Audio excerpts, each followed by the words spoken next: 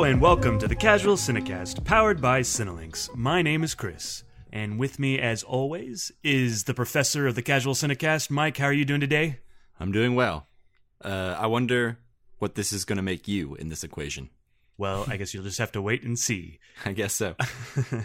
Also with me is the writer, Justin. How are you doing today? I'm doing very, very well. So I guess you are the stalker. That's right. But don't tell my exes. I mean, they already know. They've already had those restraining orders filed. Yeah. Big legal issue. Everyone knows, Chris. Everyone knows. Yeah, we don't need to rehash that here. That's for private discussions. I mean, what can I say? When I get into the zone, I start stalking. Oh, man. What a movie to have chosen then. Okay. So before we get into our Casually Criterion review, we will be talking about the newest news on the Criterion Collection front, which is the launch of the Criterion channel. We have all got a chance to watch something on it now, officially, so we can all kind of talk about our experience with it. And then we'll be moving on and talking about the Criterion announcements for July and August of 2019. After that, we move into a review of Stalker, spine number 888. Stalker. That's Where did that whispering come from? We've been doing it ever since we announced it. I don't know. I just chose to do it one day, and it just felt right because of the name Stalker. I don't know. Yeah. Just kept going, I guess. It's never felt wrong, so I've never questioned it, but now is the time to ask about it, I think. Yeah. Does it feel wrong now that you know? No. It's, answers are always less satisfying than the mystery, though. Yeah. So. If it's wrong, I don't want to be right. Right. All right. If you want to help choose our next Criterion film that we're going to cover, which will have the segment giving you the choices for the new poll at the end of this episode, you can follow us on Facebook, Twitter, and Instagram at Casual Cinecast to vote in those polls. If you want to send us questions on the films we're covering on our episodes, you can send those there. You can email us at casualcinemedia@gmail.com. And then, of course, as always, if you like the show and you haven't done so yet, go onto iTunes, give us a 5-star review, tell us how much you love the show, and it will help other people find the show who will also love it. That's right. Take your friend's phone, your girlfriend's phone, your boyfriend's phone, whoever. Open up their podcast app, look us up, subscribe for them, and they can thank you later. Exactly. We'll thank you now. Mm-hmm. Oh, by the way, I did not mention the director's name earlier. This is from Andrei Tarkovsky, our first Tarkovsky film on this podcast. First of several. I can't wait. Can't wait for him. All right. Well, you guys ready to talk about the Criterion channel? Yes. Yeah, let's do it. News on the mark.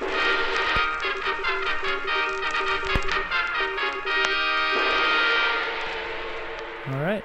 Well, it launched since our last Criterion episode, and I've been subscribed since day one, and Stalker was the first movie I watched on there. Oh, wow. You're not getting your money's worth yet. Not yet. Yeah, I'm in the same boat, though. I have only watched Stalker on it. Yeah, that's the only movie I've watched on it, but this is what I will say, they have a really cool feature that I use on my iPhone. So you can close your phone and, put it on a blank screen, and it'll still play, the commentaries. So I will sometimes play commentaries as I fall asleep on different movies.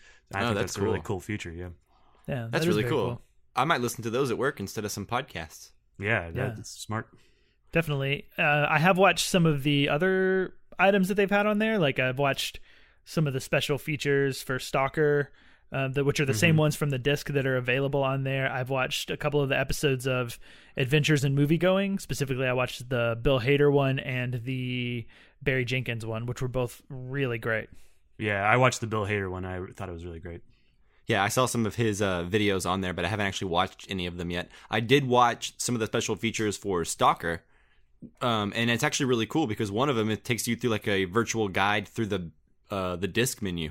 Right. Oh, yeah. Yeah, which is really cool. So, if you don't actually buy the disc, you can still get the experience of, seeing what the menu looks like and the various pages when you click on different tabs for special features and stuff. I thought that was really cool. It is cool. Yeah, and also, I mentioned before, I had to basically get rid of Filmstruck because they didn't have any way for me to watch their app conveniently. They had the Chromecast feature, but it wouldn't work on my TV because my TV has Chromecast built into it. Mm-hmm. Right. And so, it doesn't get the same kind of support that, an actual Chromecast device that you buy does, I guess. So I was really worried before this app launched because they weren't getting a PS4 app or anything like that I could use. But they did have the Chromecast ability in the Criterion Channel app, just like Filmstruck used to. And I was super worried because I was able to watch one movie on Filmstruck before it quit working. Oh, no. And I've watched one movie on Criterion Channel now. So, time will tell. The next time I log in, I'm going to be on pins and needles. It's due time for you. I know. I would hate to have this one have to be canceled as well. Right. So, Justin, were you a founding member, like they call it? So you subscribed before it came out? Yes, I did, yeah. About a week before it came out, but before it came out. So you're going to get that cool steel card that they're releasing? I am. For founding members? Yeah, I'm excited. Yeah. Me too, I guess. Yeah, I mean, it doesn't really matter that much, but it's kind of cool. Yeah. What I will say about the app itself, I was initially a little disappointed in the user interface and the different categories and like the way you had to browse through films. It was difficult to see everything that was in the collection. You could only really see like what was in the categories that they had curated. Yeah. And of course, a lot of people felt this way, but they have since changed it and added like a feature where you can browse everything that's available as opposed to like have to know going in what you want to search for if it's like not in those main categories. So you can actually just browse everything, every film that's available. And that is very cool. Yeah. And it's really great. It has all the special features. The quality is there. It has commentaries. I will say my main complaint is that it doesn't have every Criterion title that I'm looking for. It's interesting too, that whole situation, because, they don't have rights necessarily to do the streaming, or sometimes they'll only do it for like a month. Like certain movies will only be on there for about a month and then they leave because they don't want to spend too much money on it. It's not a massive collection like Netflix or something like that, but it's very, very curated, like very hand selected for, they have like the double feature thing that's on there. I think like this week was Ace in a Hole and Paths of Glory. Oh, so, man. Those are both such great movies. Yeah. And so they just kind of have these curated things that are like very specific to like if you were going to a festival of some kind or something like that. It's very interesting. Yeah. I also like that they have a lot more than just the Criterion on there. So you can see some, I guess, Criterion tangent sort of stuff. Mm-hmm.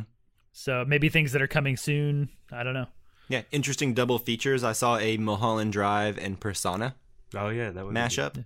Sensible. Yeah, I get it. I get why they would make those connections.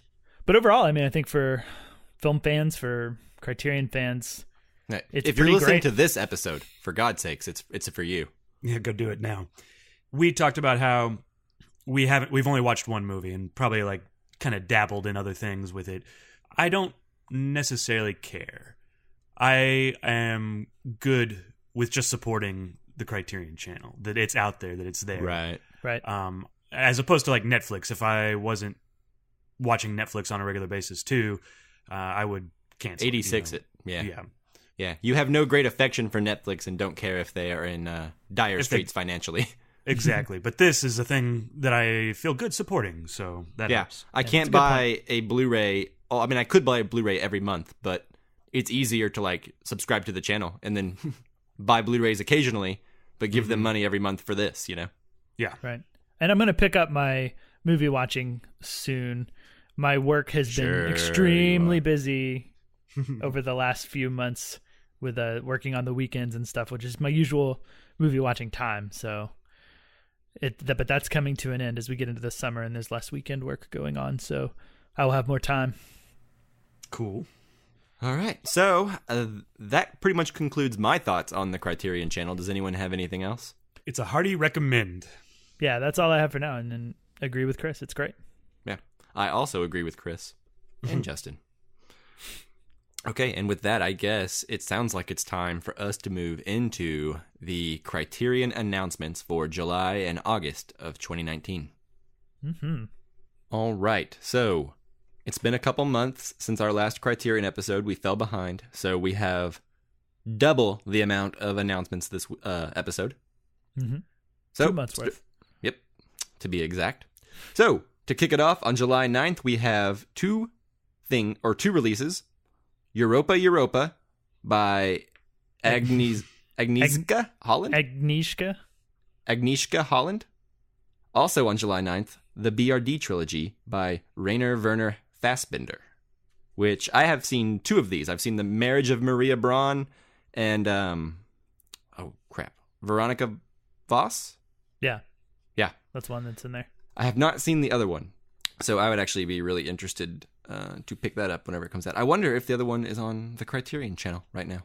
Anyways. That's a good wonder. It is a good I haven't wonder. seen any of these. I've not seen any Fassbinder films, and it's like a Really? huge pain in my neck, I guess. Yeah. It bothers me. You guys, have you either, Chris? I have not seen any Fast Food Oh, films. man. Okay, so see The Marriage of Maria Braun, but there's also a film that's not in this collection, but it's really good. It's called The Bitter Tears of Petra von Kant. Mm-hmm. And, oh, man. Amazing movie. I love it. I think I see a theme coming up for our next Criterion episode. Maybe not our next one. But the Oh, one maybe after that. so. Maybe Yeah, so. we do. Yeah. All right, so moving on. July 16th, we have The Baker's Wife by Marcel Pagnol.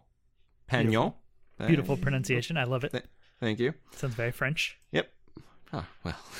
Well, thank you. which it is. It's a French movie, so. We.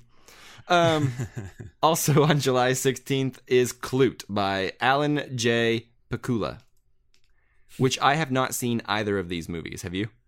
No, but I've been wanting to see Clute for a long time. Like, it's popped Yeah. up in a lot of 70s film cinema history, like documentaries and books that I've read and stuff, and I've just never seen it, and now I must.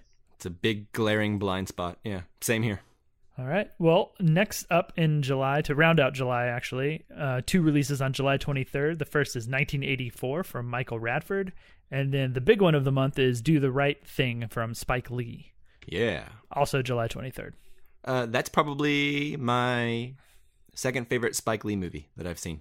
First being 25th Hour. Oh yeah, okay. That Oh makes yeah, sense. yeah. That's my favorite of his, but I also have not seen Do the Right Thing. Ooh. We're hitting a lot of like big glaring blind spots for me and Yeah. shame spots this month. Way to go, Do the Criterion. Right Thing is good. I think you would like it. I know you're not the biggest Spike Lee fan in his sensibilities, and I'm not either. But I think Do the Right Thing is top tier Spike Lee for sure. It's almost before he developed those sensibilities that I think Justin dislikes. Yeah. I don't think I'm alone in that. Don't single me out. Makes Yeah, me feel no, bad. I included myself in that as well. But Chris didn't. Chris included. It's just me you. only. Yeah. Everybody else likes Spike Lee. Yeah. All right. So then moving into August, on August 6th, we have An Angel at My Table from Jane Campion, which is a film I've wanted to see for a long time. I like the piano and I like Sweetie a lot from Jane Campion. So this one has been one I want to see forever. I've only seen the piano from her. Yeah, I like Sweetie better than the piano. I don't know if that motivates you anymore to watch it. It does, actually. The piano is a movie that I don't really know how I feel about it to this day. It's difficult. It's not bad by any means. It's just not a movie that I would say I enjoyed. Right. I mean, anyway, that's neither here nor there. But yeah, I would definitely like to see An Angel at My Table. When did this come out? Came out in 1990. Ah, okay. So that's older than I thought it was. Yeah. I mean, it's certainly one of our earlier films. And then moving on from there, on August 13th, we have The Inland Sea from Lucille Cara, Mm-hmm. which is one I know nothing about. So Not a thing. don't have much to say there. Look Nope. forward to learning about it for sure. Yeah. All right, so to wrap up August, we've got on August 20th, The Magnificent Obsession by Douglas Sirk. Which I'm really wanting to watch. It's one I've been wanting to see ever since I saw All That Heaven Allows from Douglas Sirk. And that Yeah. movie looks so good. I've been dying to see this one. And I think it's been released before. I think this is an update. Nice. So I have had the opportunity to see it, but I just haven't yet. On August 27th, we have the Coker trilogy by Abbas Kiarostami, which is interesting. I haven't seen any Kiarostami films, so that is one that another blind spot that I need to fix, which I feel like this is full of blind spots for me. Yeah. And then the last one, also on August 27th, is The Flavor of Green Tea Over Rice from Yosujiro Ozu. And I gotta say, Ozu's films, I love his titles. All of his titles are so great. It's late spring, early spring, The Flavor of Green Tea Over Rice.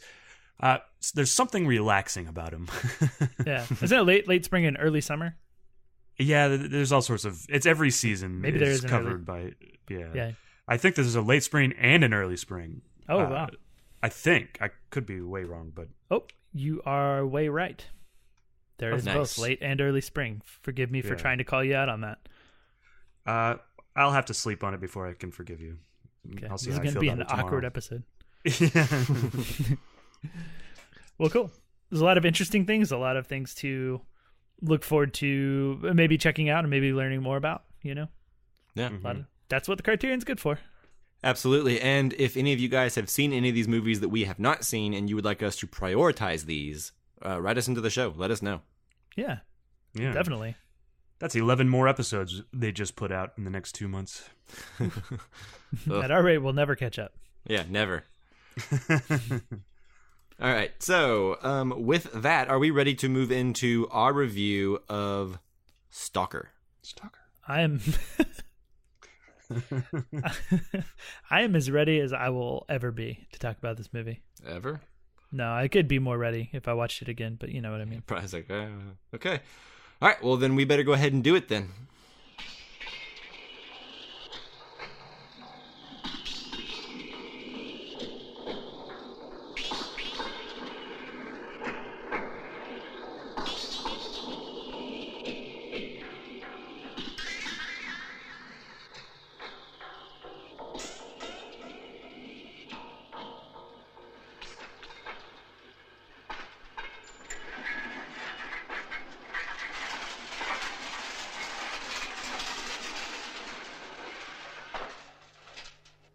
All right, so as always with our Criterion films, they're usually older films, so we don't do a spoiler-free section. So this is your spoiler alert warning. If you have not seen Stalker and you don't want anything spoiled, stop listening, go watch the film, and then come back and finish.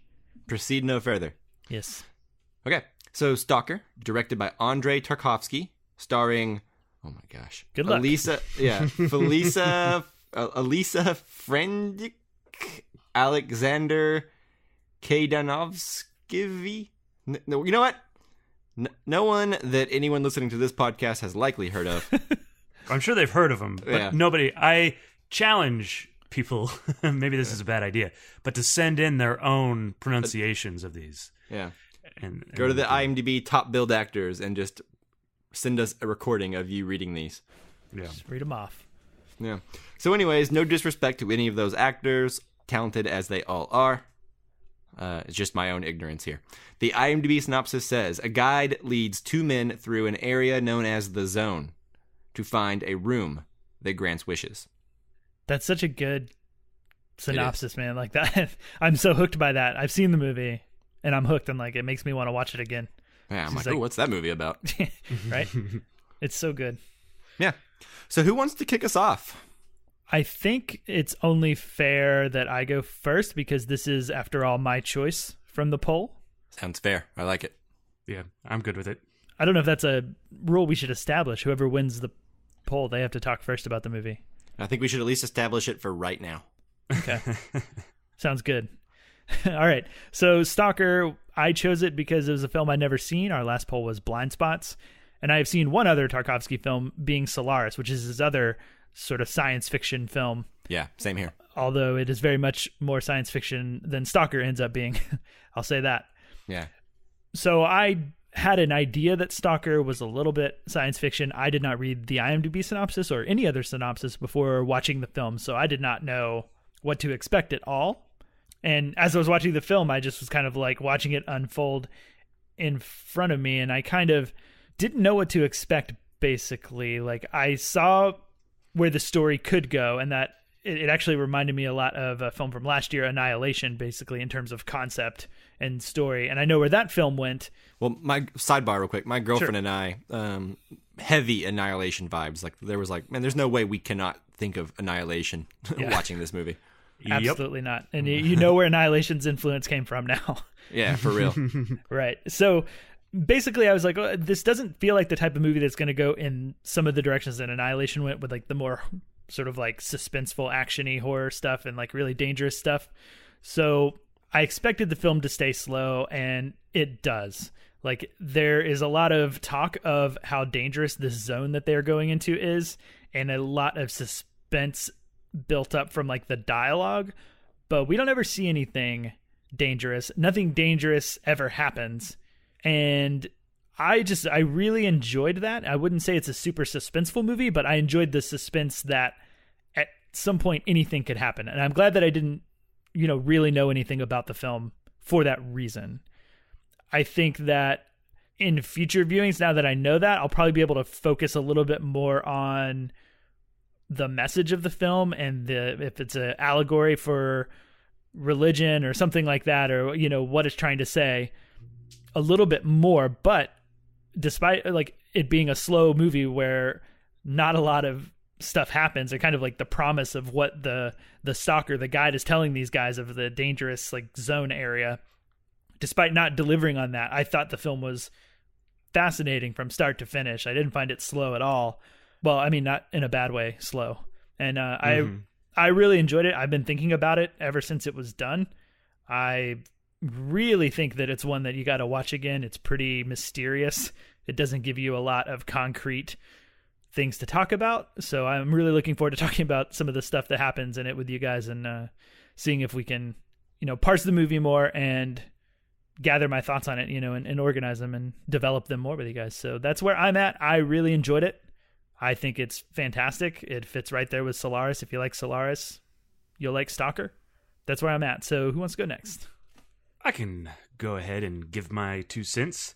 I'm right there with you, Justin. I really enjoy this movie. The sound design of this film is pretty remarkable, I think.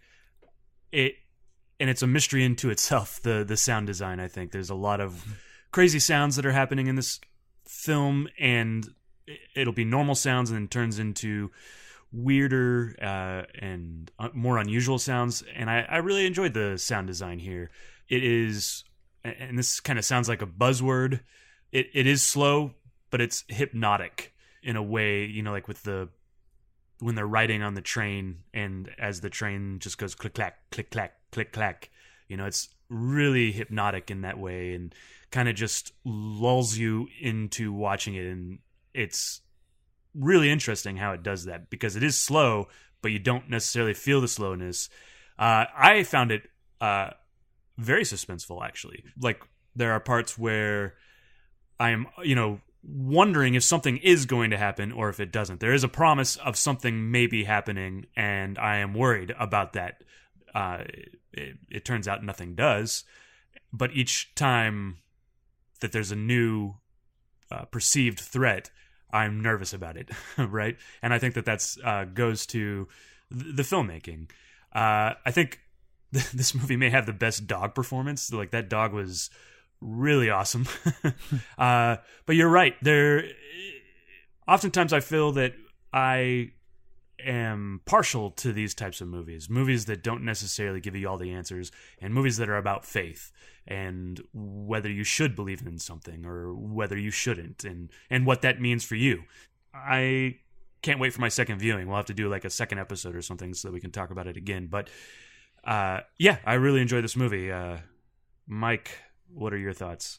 Yeah, I will echo a lot of what you guys are saying. This movie is certainly a movie that demands more of you than most other films do. It's a lot like Solaris. It's a bit different than Solaris in the sense that its aesthetic is completely different, even though I guess they're both science fiction-y. But this one doesn't have any of the iconography of science fiction, It's like its dialogue is science fiction. Right, exactly. Just about. It's like fantasy almost. Yeah. I like how the zone is very clearly about nuclear fallout and nuclear destruction, which people from the Soviet Union know a thing about. I enjoy how that Tarkovsky always likes to use science fiction as a way to talk about religion and like your innermost human desires. It seems like both Solaris and Stalker both tackle that head on. And I think Stalker in particularly is so unique in the way that it handles it. And it starts off with this beautiful sepia black and white, and then it moves into beautiful color, right? And whenever that color hits the screen for the first time, it's not gimmicky. It's not, I don't know, it could seem so silly or so. It almost reminds me of Wizard of Oz. Yeah, exactly. Yeah. Exactly like Wizard of Oz or something. Yeah, you've just crossed into something crazy, So to me, it's breathtaking. Like when it cut to color, and I didn't know that. I thought maybe I'm about to get a whole sepia black and white movie, and then it cuts to color pretty unexpectedly, and I was just like, "Whoa!" Right? Wow. Yeah, exactly. Because Tarkovsky's known for this very slow, deliberate style, right? So when we're on those train tracks for so long, like Chris was mentioning earlier, he uses sound to kind of lull you into like this peaceful feeling, and then the electronic score starts to kind of rise up over it, and then all of a sudden, cut, you are in the zone, and it is color, And there's no question. Yeah, and there's no, yeah, exactly. And Tarkovsky, he's known for never using montage, any kind of montage, that's not his style. So it's very slow and deliberate until all of a sudden you're there, and it feels like you've turned a corner. So the movie's very long, and it's intimidating. It really is. But I think if you can get on the movie's wavelength, it's very rewarding. And I'm excited to talk a little bit more about it.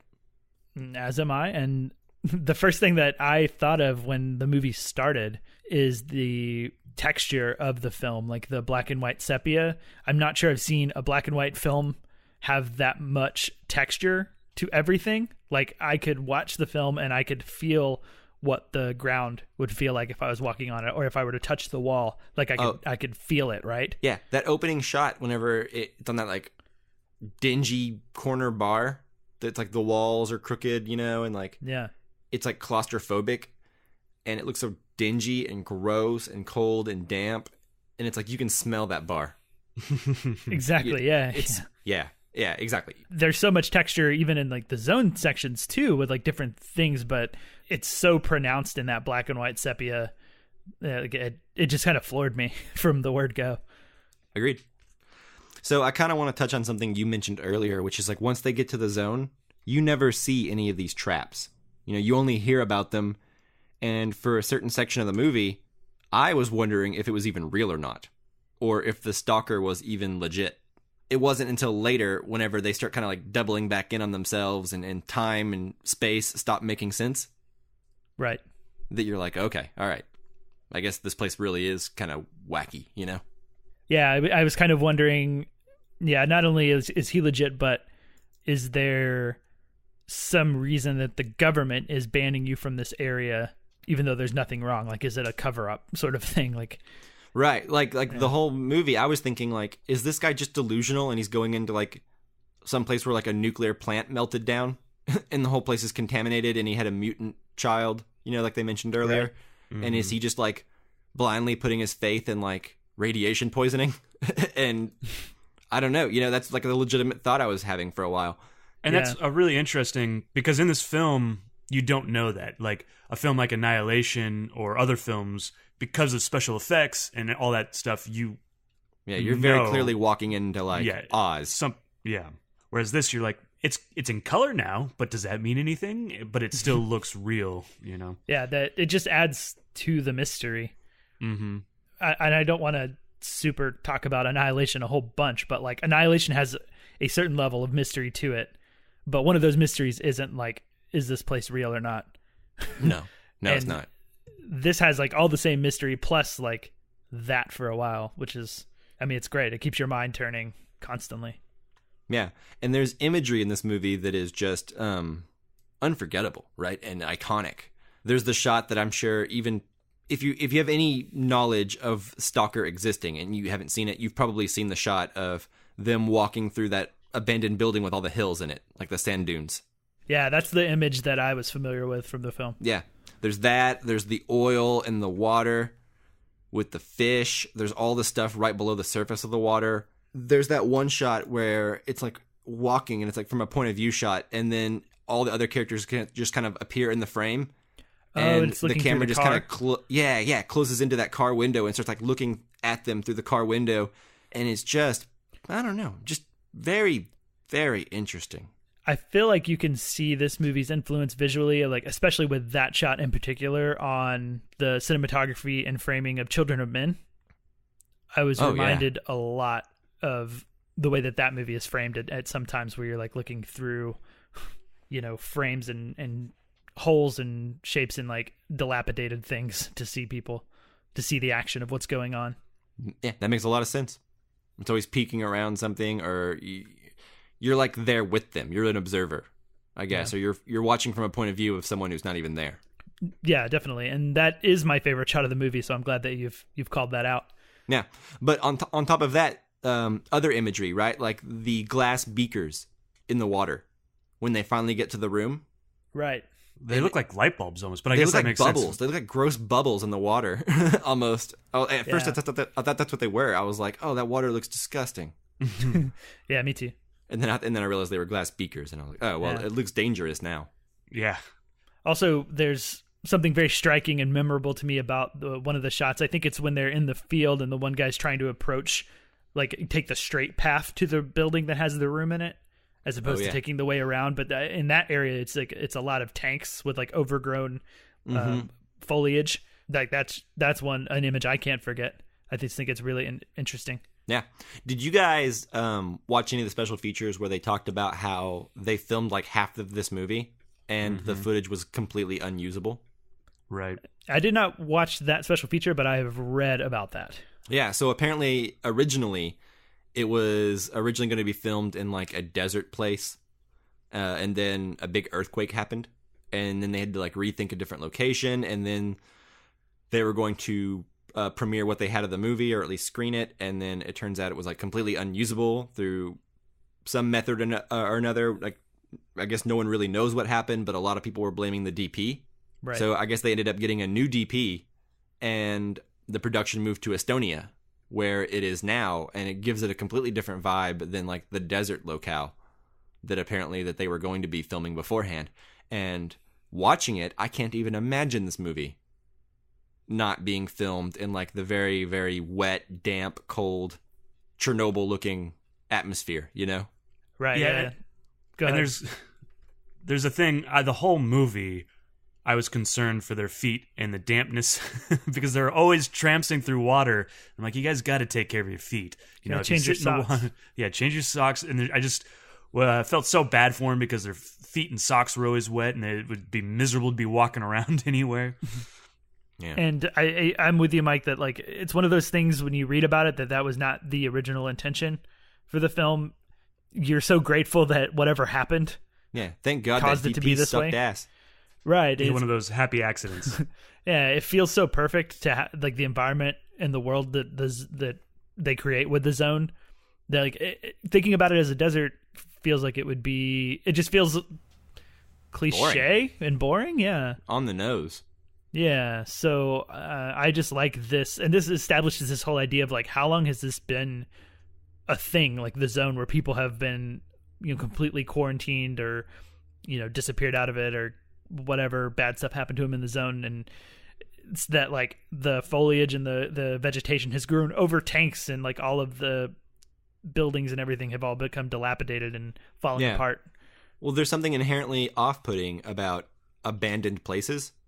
Right? So, like, the abandoned building imagery, the rustic imagery, the water flooding places that people should be able to walk, that should be clean and should be functioning, that all gives you this sense of, like, doom and stories in the past, right? Like, what happened in the past? Why did this room come to be? How does this zone exist? What is this zone? How did it come to be? So, it's I think putting it in, like, abandoned urban countryside like that is just infinitely more interesting. Right, and with the desert, there's also this hint of mankind's destruction. I guess that maybe not mankind's destruction, because what did cause the zone? Like a comet or something, supposedly? Yeah. A comet or aliens. Yeah. So there's like this hint of destruction with a vacant, vast desert to me. Whereas like this with like lush green and life and water has this hint of humans being a blip, and if humans went away, the earth would go on and life would go on, and be fine, continue much the same, just without all of our cars and tanks and buildings in the way. It gives us a certain element of insignificance. Yeah. And I like that so much more. Agreed. Yeah, totally. I like how the people that he chooses to bring into the Stalker, chooses to bring into the zone, are a writer and a professor. I like how they don't have any other names beyond that, and they're more symbolic characters than actual ones. They represent intelligent, educated people, maybe a certain amount of like godlessness amongst educated people and academics, Mm-hmm. that is, they see the world very differently than a godly man like the Stalker. What did you guys make of that, or did you guys make anything of that? Yeah, I think it's very interesting. It plays into the faith, that you kind of had alluded to there too. The Stalker, I think, is certainly a man of faith, and the other two spend a lot of their time arguing about science and art and which one is more significant, or what it means to have a lasting impression on humanity. And all those things are very interesting. And although I guess I'm not quite sure what to make of it, or what it means further as far as like the test at the end, like whether they go into the room or not, which I'm sure we'll get into further in depth later. But yeah, I enjoyed that. Right. I think, as you've said, Chris and Mike, that, we get basically religion, science, / like technical thinking, and then the arts with writing. And so you kind of have like those three aspects of culture represented. And I think the way that it pays off isn't super literal for me, at least based on this first viewing. But what it does is apply interesting context when it comes to what I think is one of the themes of the movie, with the room granting like your deepest desires. I think you're thinking about, what are these characters' deepest desires? What are they wanting? I know what they say they want, or even though I don't know that they say it super clearly, but they mention some things that could be what they're wishing for. They mention some really surface level things, like I want my inspiration back. Yeah, but then when it comes down to going in the room, and it kind of becomes clear that it's like you don't get to walk in the room and say what you want, and that happens. It's like whatever's boiling deep down inside you, whatever you really want. And so let's talk about that. Yeah. I just quickly, the context of religious person, scientific person, and artistic person is what really makes that fascinating, because we don't really know a lot about those characters. No, exactly. And we don't even really know if they're being legit to each other, or on the level, if they're being honest. So at the end, they do choose to not go into the room. And it seems like that's because they fear they may discover more about themselves than they're comfortable with, or maybe they are worried that the others will see their innermost desires, right? Like, what happens when your innermost desires aren't flattering? Yeah, and you may have said this specifically, but like afraid of their own inner desires, like, what if they see what their inner desire is and they don't like it? Exactly. Yeah, and you don't want to face that. You don't want others to see you in your most vulnerable, right? So it seems like to me intellectualize everything. They start breaking it down about how dumb it is and pointless it is and how they're not going to do it.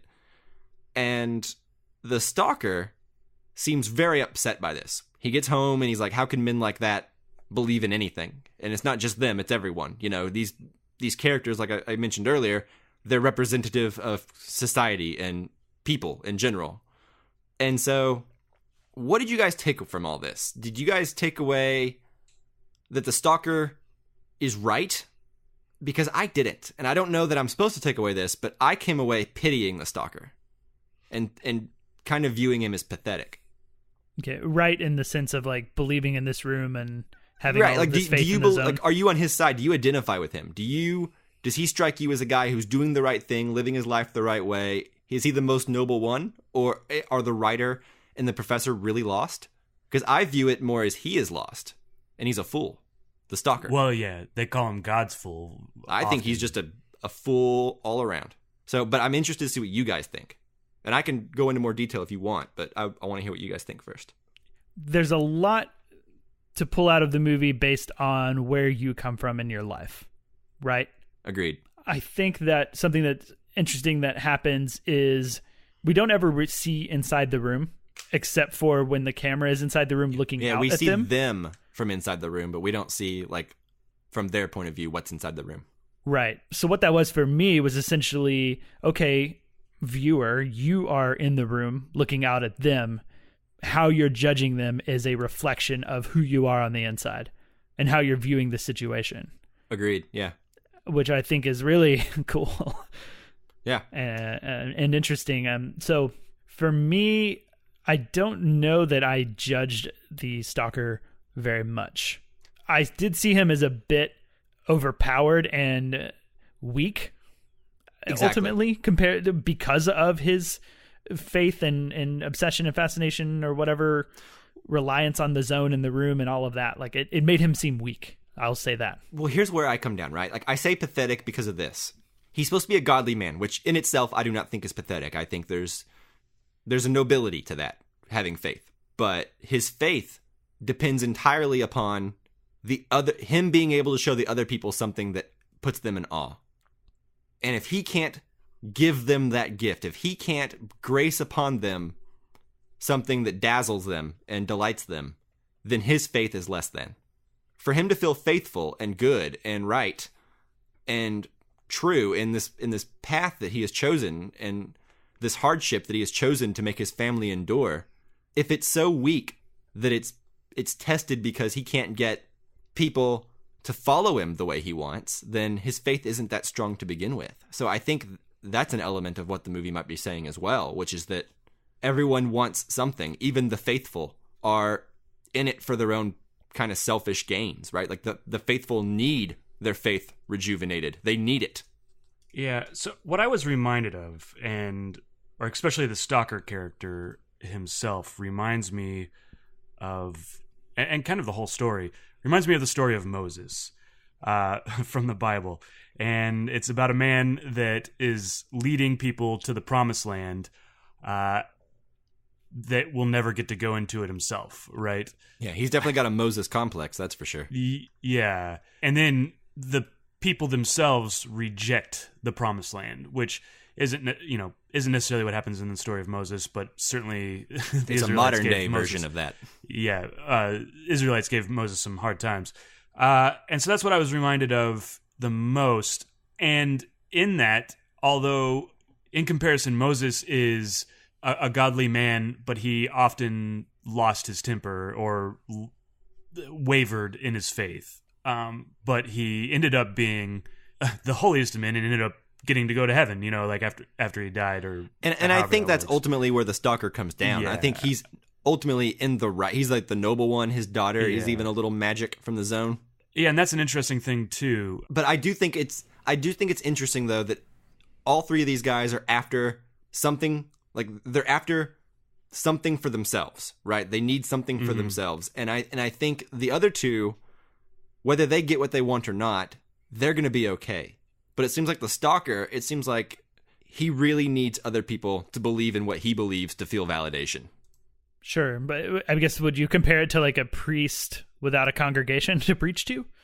Or a church? Maybe, but he could go be a priest. Instead, he's a guy that, like, he knows what it does to his family. He knows the conditions they're living under, and he's doing it anyway. So to me, he seems more selfish because the people aren't even appreciative of the gift he's trying to give them. They don't need it. I understand your point of view, but I feel like that moment is more disappointment that he offered them this great gift and then they refused it. And I don't know that they needed it or not.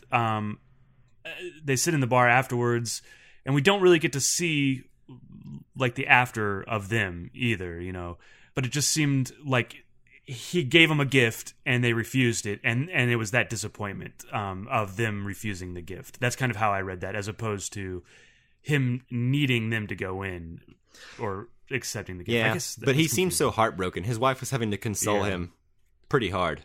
That's true. But it was a mixture of heartbroken and exhaustion for me. Agreed. Yeah. And like I said, ultimately, I don't think that's the thesis the movie's putting out there, right? I think that's just kind of what I took away from it. But I also think it's valid because it's in the text of the movie, right? You could have that interpretation. Yeah. Oh, right, yeah. I think so. So This is a little bit off from where we were talking. Syringes. I want to talk about syringes because at the very top of the film, as that long shot, we pan over, all the family, but we start off on that table with a syringe on it. And then very often throughout the zone, we see syringes. I'm not clear on what that means, or if the wife was doing drugs, or what that syringe was for, or if it was for the child maybe, and what that means that it shows up in the zone so much.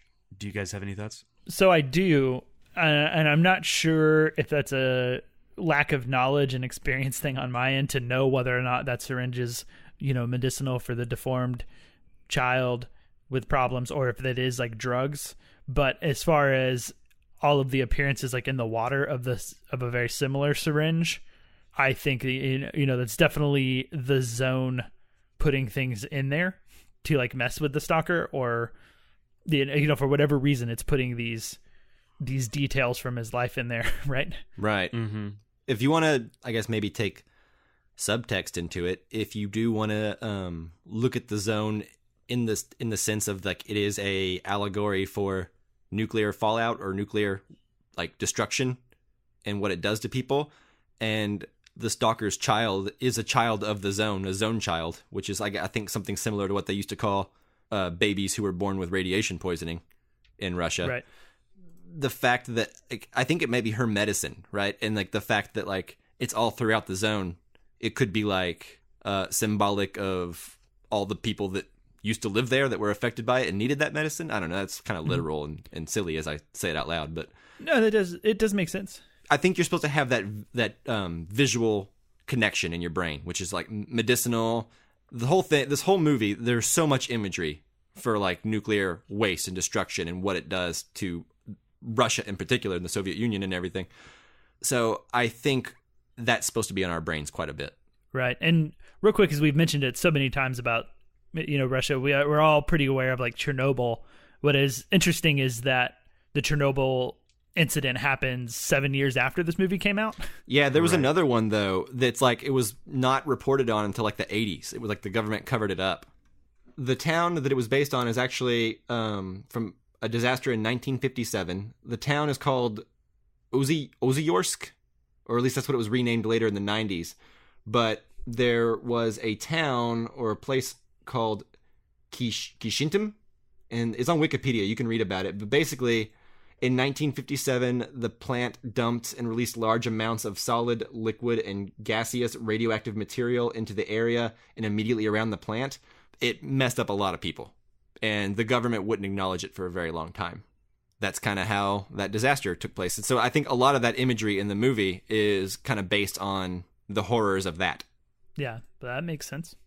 Okay, so I don't know if anybody has anything else to do. We have a few listener questions to touch on a couple of topics, but does anybody have anything else before we move into the listener questions?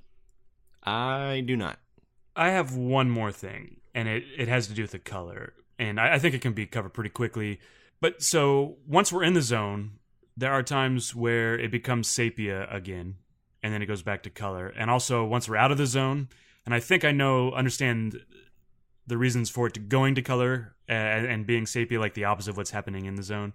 I understand those reasons better, but I don't necessarily understand the reasons for it going to sepia in the zone, except for maybe if it's because he is not of the zone, like perhaps his daughter is, and so that's why it flashes back, or because he is asleep and his mind is not in the zone. What reasons do you guys have?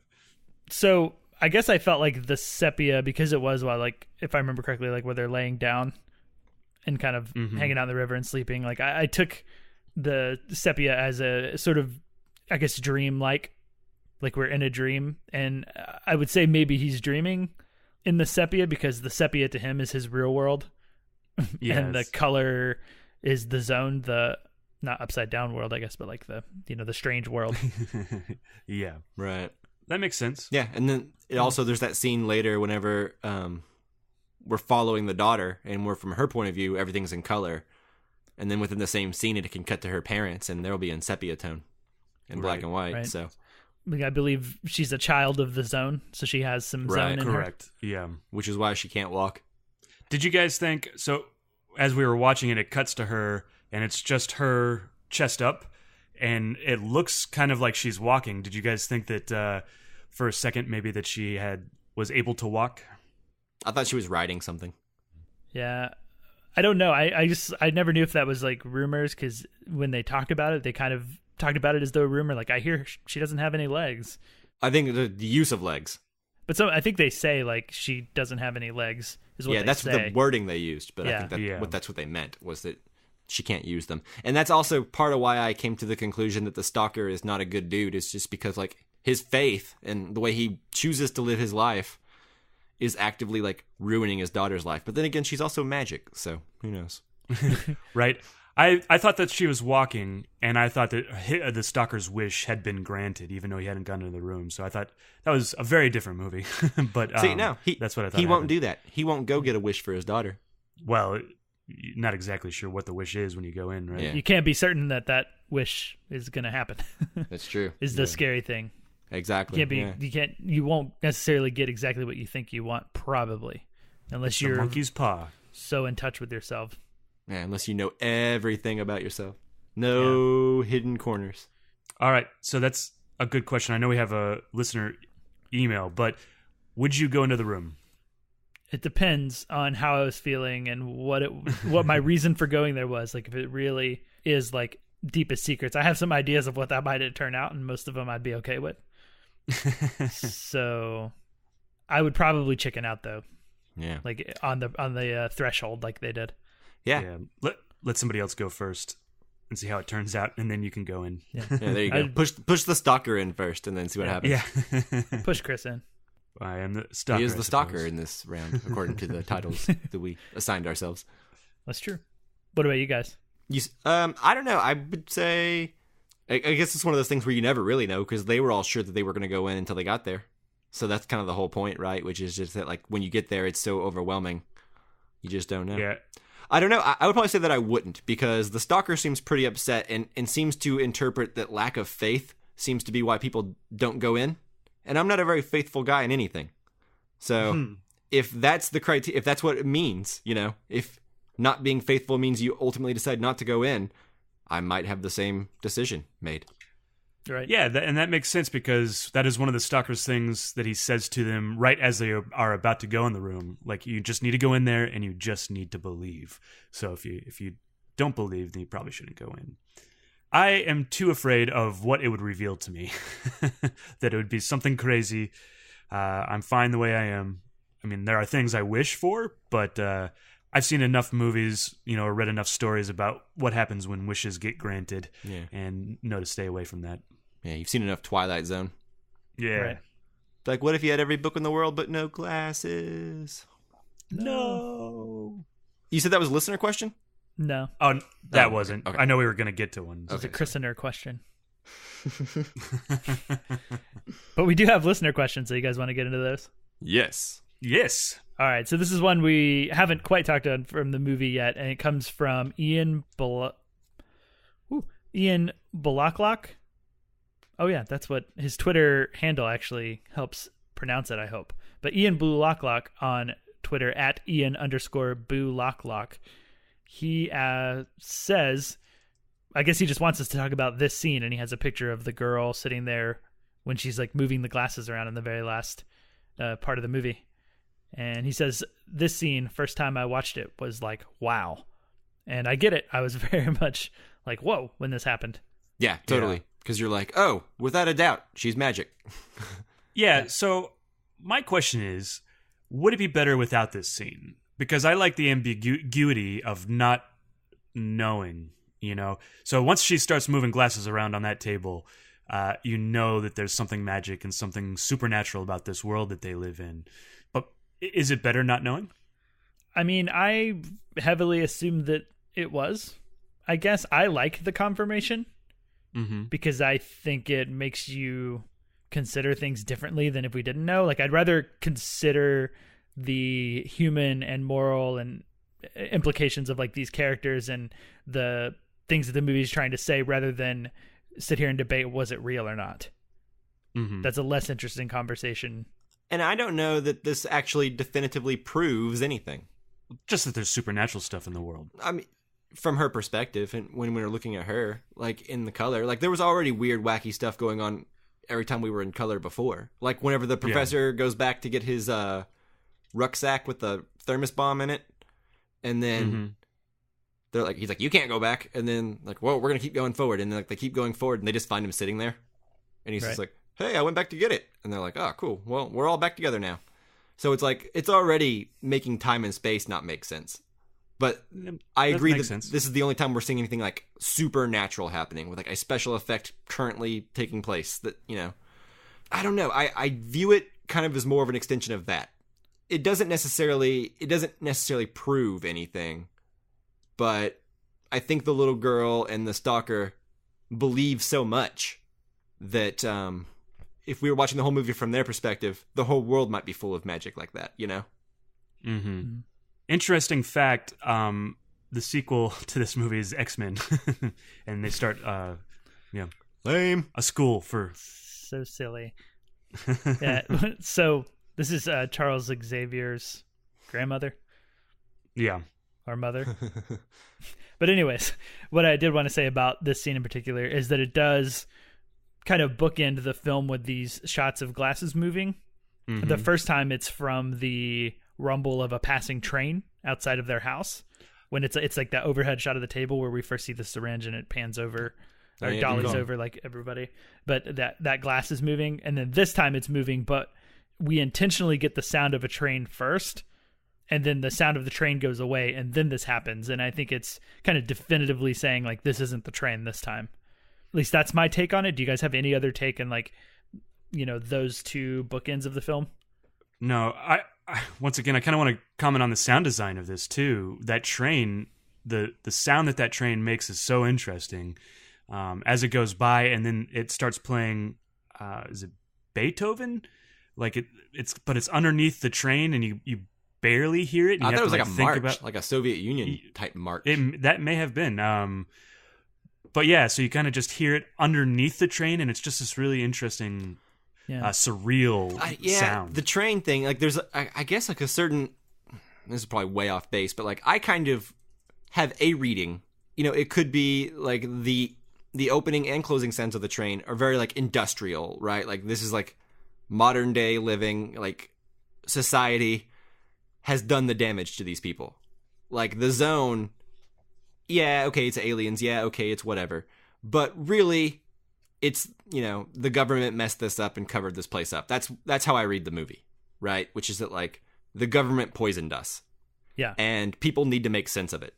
And there's lots of faith around it. There's lots of faith in people telling themselves that it all means something, which is what people have to do in real life when sad things happen. You know, it all's for a reason. But really, you know, whether she's magic or not, the magic is code for radiation damage done to this poor girl that she was born with. And so I think there's a certain amount of like society did this to her. She's living not too far away from a place where her dad likely was when he was a little kid and was poisoned with radiation, you know? So I just kind of took it as more as like, this is the damage that this place living here has done to her. So it's like, it's more of like, it's not literal, you know, but that's what I took away from it anyway. Yeah. I'm with you that interpretation makes sense. I don't necessarily disagree. I just, you know. Yeah, I need to see it again. Parse it in one viewing, right? It really is. Yeah, it really is. It is a great scene. I will say that. Like, it's, you know, you've gone through this whole movie, and then she just, it's an awesome scene. Right, and you may have mentioned this before, but I'm going to circle back to it, but like underneath the train is the Beethoven's Symphony No. 9.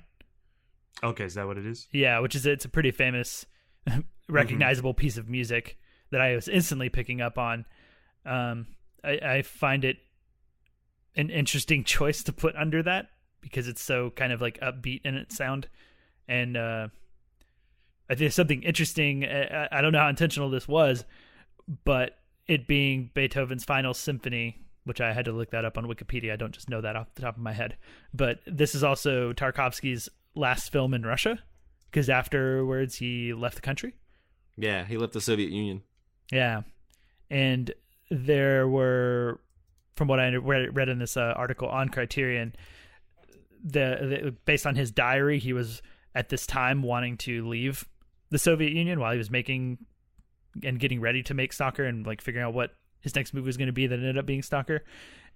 And this article was like making the parallel of like that whole breakout scene from the beginning of the movie, breaking into the zone, was part of like a Tarkovsky's desire to break out of the Soviet Union, which I think is interesting. It is interesting. But also the final film, Final Symphony thing is, I don't know if that's intentional. Yeah, I have no idea. It's one of those coincidences. Yeah, the maybe. opening and final scene are Beethoven's Ninth Symphony. Okay. Very cool. I didn't realize the opening was too. I recognize that it's like that one part of that's very recognizable is what's at the end. Mm-hmm. All right, so next listener question. This one comes from Facebook. It's Forrest Gray Delosier. Delosier. Thank you, Chris. And he asks a few questions. One, if you have seen other Tarkovsky films, how does this one compare? And can we get some historical context? And is this dog not the cutest dog in cinema? And to answer those quickly, I have seen Solaris, and I think I like this movie more than Solaris, although I like them both a lot. So that's where I'm at on that. I think we did a lot of historical context. I don't have any additional to add to it. And then for the dog being the cutest dog in cinema, I think it's got some pretty stiff competition with the dog from The Artist. And if we were including TV, I just finished watching Frasier. The dog from Frasier, also very cute. But, you know, it's a little subjective. What do you guys say to these questions? Yeah, it's been so long since I've seen Solaris. I just need to watch it again. It's almost like I need to go back around to it to really be able to compare it. So I do think this is different, or from what I remember it being was different. I love the dog. I already said that. I think this dog is pretty amazing. Yeah. This dog's super cute. But I think I like Solaris better, at least upon first viewing. But, man, I don't know. Yeah, only time will tell with this, because it has to sit with me, and I have to like really unpack it. But upon first viewing, I think Solaris entranced me more, you know? Fair enough. In the special feature with Jeff Dyer, I believe is his name, he says this thing that is really interesting about cinema in general, and it's about how you walk out of a movie theater, and even if it's a crappy movie, your perspective has changed for a little bit. But a great movie changes your perspective for a long time, right? Or changes the way how you see the world. And really, with a movie like this, it's going to be a month before I'm like, oh, okay, yeah, my perspective has changed, and I keep thinking about this movie. I mean, that's the effect that like Tokyo Story has had on me. As like the further away I get, I'm still thinking about it and still applying it to real life. And so really, until we get a couple months away, the more time we get away from this is how we will be able to judge the movie better, right? That makes a lot of sense to me. This also kind of ties in with our other question, so I'll go ahead and mention it. It's from @Cinemusts on Twitter, which is a great podcast, by the way. But they ask, should I buy this or Solaris during the Barnes & Noble Criterion sale next month? So again, we're kind of like this or Solaris. The best answer is just buy both. But since he's giving us the choice. Yeah, you can't go wrong with either, to be honest. Right, but we do have to choose one, so... All oh, right. Gosh. Well, since I said Solaris was the one I was digging more a while ago, I'll just double down on that. Solaris. I say Solaris. It's visually, I think it's more interesting. But, they're both very similar. Right. Yeah. Solaris felt more accessible immediately on like a first viewing than I feel like Stalker is. Yeah, I would say that's probably true. I would say Solaris, like if you haven't seen either and you're just getting into it and wanting to check out Tarkovsky, I would go Solaris. Yeah, if it's your first one. That means I have to vote Stalker. It's just to put something in the mix. I think Stalker is really good, and I think it's a worthwhile investment. I guess so is Solaris, but okay, you can't really go wrong either way. No. Toss a coin. Yeah, I think he knows that because he also put like one of those little emojis it's like a wink and the tongue is sticking out at you, like smileys. Yeah. So yeah, I don't want the burden, so it's not on me. Yeah. Flip a coin, put it on the coin. Cool. All right, does anyone have anything else on Stalker before we wrap this up? I don't. Watch it. It's good. Yeah. And I can't wait to watch it again. Yeah, highly recommend. So let's move into choosing our new films for the new poll to choose our next episode. And what is our theme for this poll, Mike? All right, so this month, our new Casually Criterion poll is going to be based on the theme of director Jean-Luc Godard. That's right. We're each going to pick a Godard film, I guess primarily because he is one of like the most represented directors from the Criterion Collection who we haven't done a film on yet. Like we've done Bergman, Kurosawa, a lot of the big ones. And Godard is one we have not touched on yet. Tarkovsky, thank you. Mm-hmm. So yeah, it's not like these aren't Godard films we haven't seen necessarily. I don't know what you guys are going to pick, but like, it might be something you haven't seen. It might be just something we want to visit again. Our favorite Godard. Yeah. I don't really know. It's just any Godard. I've seen most of the new wave 60s era Godard. As have I. Yeah, actually, Godard is kind of what got me into film as I discovered film in the new wave. For sure, he's one of my favorites. Yep. Okay, cool. So, with that, Justin, what film are you going to choose?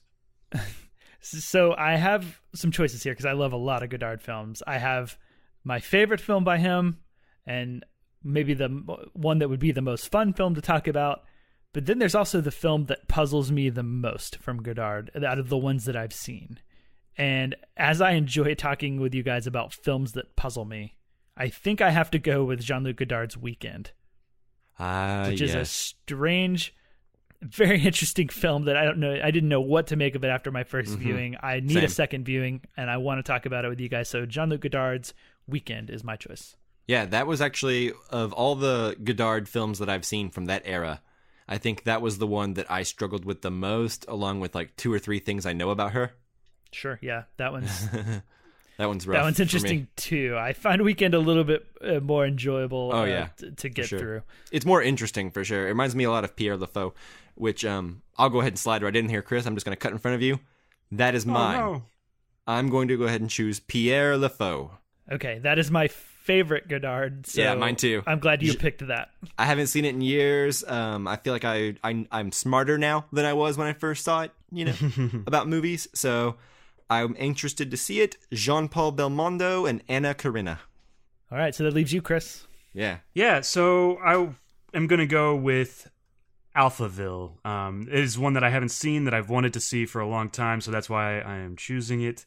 I should probably go with Band of Outsiders just so that I can win. Yeah, Alphaville's an odd one, actually. What's interesting is Pierre Lefaux and Alphaville are both out of print from Criterion, so... They certainly won't be on Criterion Channel, I don't believe. Good thing I have the Blu-ray for Pierre Lefaux. Yeah, I have both of them. I have the Blu-ray for Pierre Lefaux and the DVD of Alphaville. So yeah, I have the DVD good. for Alphaville. I'm good to watch. If you don't have them, Chris, good luck finding them. Yeah, loser. Oh, I used to. I think you probably actually own my old copy of Alphaville. It's possible.